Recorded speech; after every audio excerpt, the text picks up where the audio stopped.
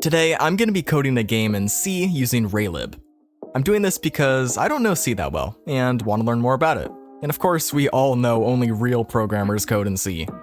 I need to choose a game with enough difficulty to learn the quirks of C without the game logic overshadowing the learning experience. So I'm choosing Minesweeper.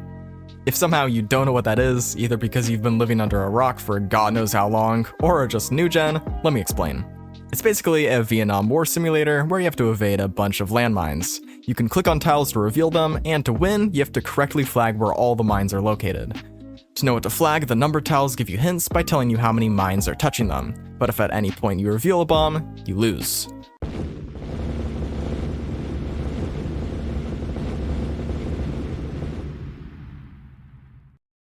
Now that we know what we're coding, let's get started. I first started drawing the tile set since I actually hate placeholder graphics. They just make me lose motivation because everything looks like shit. But also, when I draw, everything still looks like shit, so I don't even know what I'm doing anymore. You might notice that I'm also missing a few numbered tiles. They should technically go up to 8, but I figured these tiles would be pretty rare occurrences, and I was feeling lazy, so I put them off for later. I also used GIMP's built-in flare brush to make the bombs look like they were exploding, which I really liked. After finishing the graphics, I then moved on to actually coding, but before that, I had to install the raylib library, which was actually pretty straightforward since I'm using Linux. I then tested compiling with a simple hello world, making sure raylib was linking correctly, and no errors. We are set. Now I need to figure out how to create a window for the game. Let me check the documentation real quick. Okay, seems simple enough. Raylib is doing most of the heavy lifting here. I just created a bunch of game constants like dimensions and tile size, which will control our window's width and height. It will also make changing the size of the game easier in the future. And after a few syntax errors, we have our first window. Nice. Now let's try drawing some tiles to the screen. But before drawing anything to the screen, I first needed to define what a tile was. So I stored that in a struct, which from what I understand is basically a public class without methods. C sort of hates the whole object-oriented paradigm. But anyway, I put in data like an X and Y coordinate, if it's a bomb tile, or if it's currently revealed. I then made a function to initialize a 2D array that stores these tiles in a grid, setting each value appropriately. To determine if a tile started out as a bomb, I used C's built-in rand function, which I had to look up. After mapping its value from 0 to 1 inclusive, I compared it with a bomb distribution value, which was just a percentage to control how many tiles started out as a bomb. Whoops, in division, that would always be 0. Let me just typecast that to a double, there we go. Now let me just create a texture from our tileset image that we made earlier and draw it onto the screen. Oh, it's so cute, it's so small.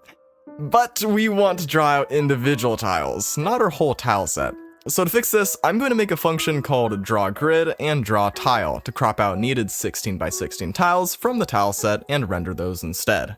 This is a pretty common practice where instead of storing each tile individually, we extract pieces from a large tile set that stores all the tiles. And there. Oh, hold on. I forgot to multiply by tile size here, and there we go. 1 tile. But you know what's better than 1 tile? A lot of tiles. You can also apparently rotate sprites in raylib. That's cool, I guess. I then went back to the graphics and added my 4 remaining tiles, and also formatted the tile set more horizontal so indexing would be easier. After this, I then proceeded to somehow lose an entire 4 hours of footage of me in NeoVim, except for any other window for some reason, so this was my progression. I basically made a way to press down a tile by getting my mouse coordinates and integer dividing by tile size to find which tile I'm pressing. Then I just set that tile's isRevealed boolean to true, and then my drawTile function rendered the appropriate tile. I also coded in a bomb count for each tile where it checks the surrounding neighbors, and if it's a bomb, it increments by 1. This variable is then what told the renderer which numbered tile to draw onto the screen. I then moved on to the most fun part about Minesweeper, its recursion. I had to make its flood fill algorithm. Essentially, if you click on a non-numbered tile, then it will reveal all tiles surrounding it recursively until it reaches a numbered tile edge, in which case it stops. This was surprisingly easy to implement, with only the order of the base cases being a little tricky to make sure we don't stack overflow and get in an infinite loop. Here you can see me testing it out by changing that dimension variable I was talking about earlier with this huge grid. Pretty cool. I then coded in some simple lose and win cases, and we are pretty much done. Here's the final product. Thank you guys so much for watching. You should tell me in the comments what I should make next. I'd be more than happy to do it, and maybe a different language. See ya.